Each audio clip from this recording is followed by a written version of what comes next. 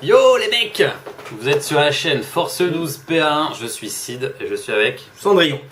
Toujours Cendrillon, voilà. Toujours là, le mec squatte chez moi, je n'en peux plus, aidez-moi si vous êtes abonné, venez à sa place, exactement. Voilà, tout ça. Dans cette petite vidéo, on va vous parler de l'extension du nouveau plateau, alors qu'on va l'appeler Shattered City Board Park. Donc c'est l'extension des plateaux à 20 € il me semble. Ouais. Dedans vous avez un seul plateau. On n'est pas là pour débattre si vous trouvez ça cher ou pas cher. Nous, on est des vrais, donc nous on achète. C'est ça. C'est accompagné d'une petite règle parce que la grosse nouveauté de cette extension, les cases rouges, entourées de rouge. Je sais pas si on voit bien. C'est les cases létales. Ouais, c'est ça. Donc les règles nous dit quoi sur la règle létale? Quand vous avez dessus, les cases fatales. Et que vous passez dessus, bah vous prenez un dégât. Quand un combattant se déplace, qu'il est poussé ou repoussé sur une case fatale, il subit un dégât. S'il est poussé sur cette case, blablabla. C'est ça qui est important, c'est que le dégât est considéré comme distinct des dégâts provoqués par l'action d'attaque. Ouais. Donc c'est pas la bande. Non, c'est ça, on ne pourra pas scorer un truc en rapport avec ça. C'est pas la bande ou votre deck qui met la figurine hors combat. C'est le plateau. Donc ça ne vous permet pas de scorer d'ailleurs, t'en fais voir, ils disent que c'est distinct de la bande. Et... Non, distinct des dégâts provoqués par l'action d'attaque. Un combattant qui se tient peut y rester sans subir d'autres pénalités. Il peut en sortir en se déplaçant sans subir aucune autre pénalité de la part de cette case. Enfin, c'est alors, je pense qu'ils ont juste dit ça. C'est juste, voilà, c'est pour éviter de scorer les cartes objectifs. Oui. Scorer ceci si vous mettez hors de combat. Avec comme ça. Parce que celui que le mec traverse la case, il se tue. Est-ce que je gagne le point ou pas? Je pense que c'est pour ça qu'ils l'ont mis. Ah, ça c'est une bonne question aussi. Voilà. Alors, vérifier. Donc moi J'aime bien cette extension, je trouve les plateaux nouveaux assez sympas. Donc il y a un qui est vraiment Shadespire, je trouve dans l'ambiance, elle est bleutée, il est très très beau. Très bleuté, avec un petit mécanisme au centre, moi c'est pas trop un truc chiant. Je trouvais vraiment cool quoi. Alors l'autre, je suis un peu moins fan, moi je parle que de l'esthétique. Vachement steampunk, là, vous voyez, des engrenages. Moi je l'ai trouvé génial, il m'a fait penser au Hobbit quand ils arrivent dans la. J'ai pensé à la Forge du Dragon, la Forge des Nains. Forge des Nains, j'ai trouvé génial. Écoutez, dites-nous dans les commentaires si vous j'ai beaucoup aimez. aimé aussi, les deux en fait. Moi je trouve que, bon, il y en a un côté que j'aime bien, un autre que. Les deux, moi j'aime bien. Ouais. J'aime bien les deux. Alors toi, tu vas nous parler. De cette extension, qu'est-ce que tu en as pensé? Alors moi, esthétiquement, j'ai trouvé ça vraiment très joli, je trouvais ça cool parce que juste avec ça, à la maison, on peut commencer à faire des parties à 3 sans avoir de boîte de base. Je trouvais ça cool. Il suffit d'avoir une petite bande en plus à la maison, donc je trouvais ça cool quoi. Après, en termes vraiment de jeu, moi j'ai réfléchi un peu, j'ai fait quelques parties d'essai avec à la maison et en fait, j'arrive pas encore à voir. J'ai vu l'utilité d'avoir des cases rouges. C'est-à-dire que quand on prend son plateau en tant que joueur, si on a un deck poutre, on va pas rester sur son plateau. Pas faux. Donc si l'autre il l'a pas mis, ça sert à rien.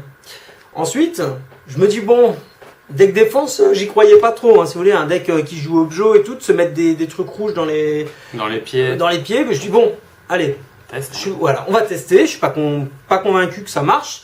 Et la partie, ça n'a pas du tout marché pour moi, quoi. C'est-à-dire que je me fais charger, je me fais one shot très vite. Bien, tu es quand même assez mitigé. Voilà. Alors moi, ce que j'attendais en fait, parce que avant de l'acheter, je me disais vraiment, je vois pas à quoi ça va servir, quoi.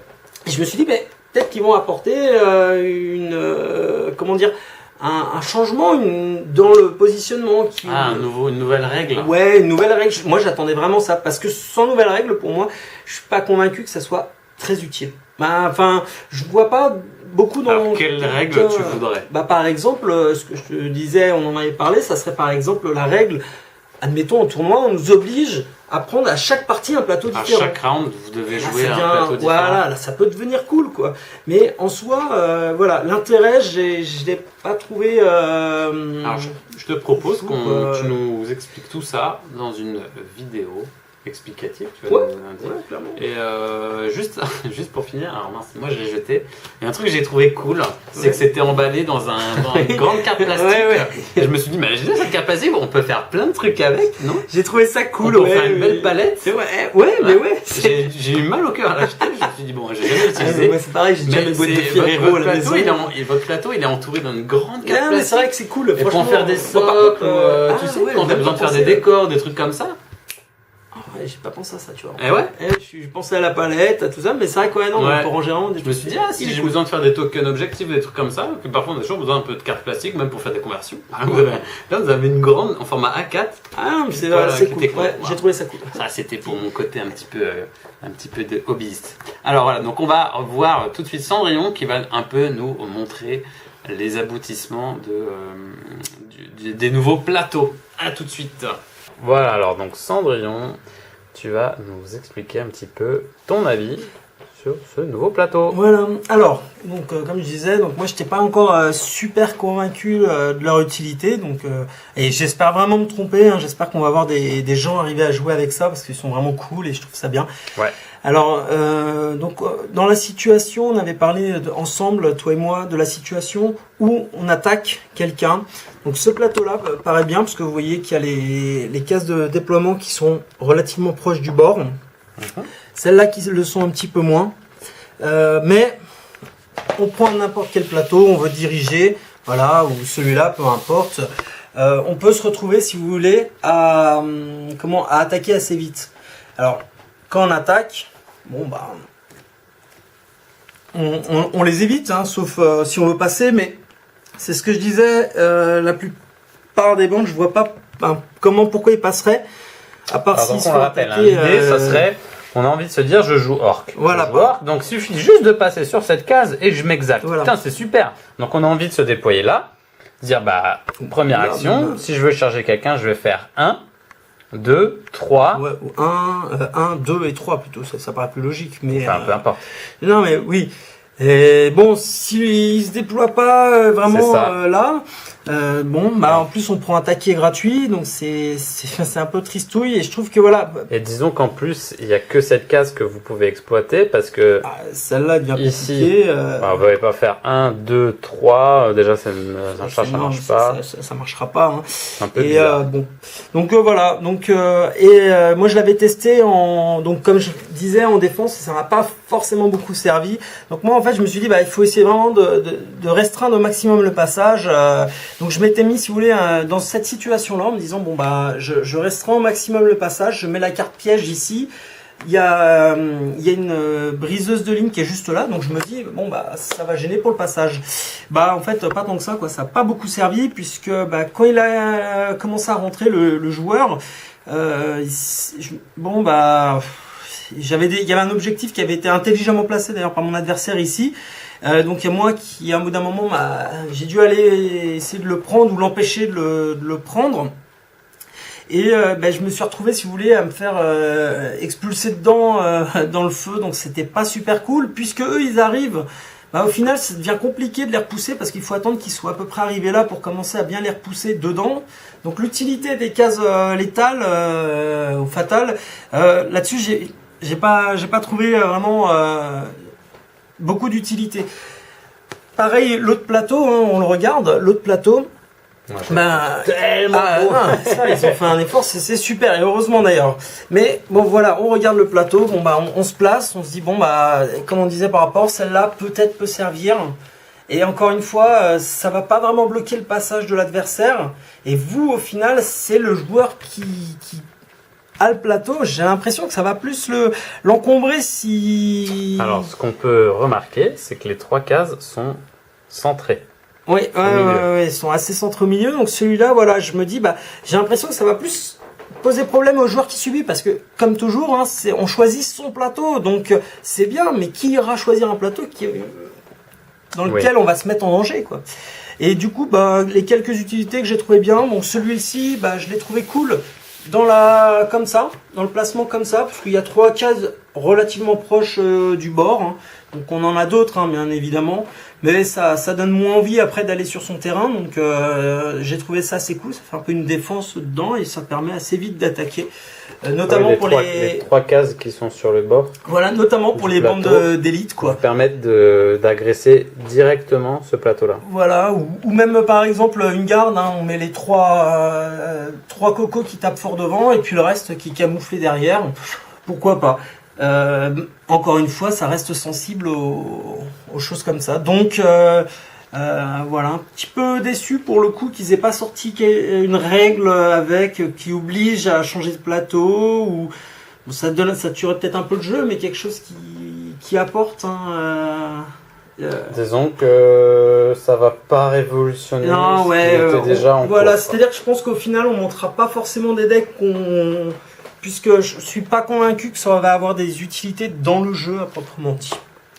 Après, j'espère me tromper sincèrement, j'espère que je suis passé à côté de quelque chose, mais comme ça en ressenti, je les ai testés, hein, j'ai fait l'effort de tester à la fois défense, attaque, dans aucun cas ça m'a servi, quoi. Malheureusement, ça m'a pas beaucoup servi, et donc voilà. Donc j'espère sincèrement me tromper, et j'espère que n'hésitez pas à laisser des commentaires si vous avez vu un truc qu'on n'a pas vu.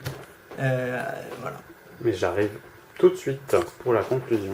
Donc voilà, on vous a montré brièvement ce nouveau plateau, recto verso. Voilà, bon, donc un petit peu mitigé. Hein, voilà, bon après... On va voir. L'expérience va nous le dire. Avec peut-être les prochaines bandes qui vont arriver, peut-être qu'elles vont même jouer autour. Il y a clairement même des cartes, hein, mais en attendant, dans l'état actuel, voilà. S'ils sortent des cartes, alors par contre... Ça veut dire que ça serait obligatoire de l'acheter pour utiliser les cartes qui vont... dur. Oui, c'est vrai que ça serait dur. Mais non, mais c'est cool d'avoir un nouveau plateau. C'est déjà voilà. Donc dans le cadre dans des parties de club, des parties de casu, les mecs ils ont un peu marre. C'est vrai qu'ils ont un peu marre d'avoir les 4 mêmes plateaux. Là au moins je trouve ça cool. Dans le multijoueur, peut-être ça peut être sympa. Oui, un multijoueur et tout, bien sûr. Ça rajoute ce petit côté un peu exactement, c'est ce que je dis. Voilà, petit coup Trafalgar, mais c'est vrai que en tournoi, j'ai du mal à... Moi, j'ai du mal à me projeter, à me dire, je vais choisir ça pour contrer un adversaire. Alors que encore une fois, Games Workshop nous sort un truc qui n'est pas obligatoire. Parce qu'au final, c'est bien. Comme ça, tu vois, c'est très bien. Non, mais là-dessus, je trouve qu'ils sortent. Le nombre de LCG donc de Living Card Game, qui se tuent parce que on en a vu, c'est tellement fort que... C'est ça que j'ai trouvé. Du coup, l'avenir du jeu en lui-même, parfois, commençait à... parce que au moins on n'a pas une méta qui est imposée par le designer de cartes. Non, mais c'est vrai, quoi. J'ai trouvé ça quand même cool. Si tu nous regardes, bisous. Si tu nous entends. Bisous aussi. Voilà, non, on n'est pas du tout rageux envers FFG. Non, pas du tout. Allez, si vous avez aimé notre vidéo, n'hésitez pas à la partager, à liker et on vous retrouve à très bientôt. Salut les gars.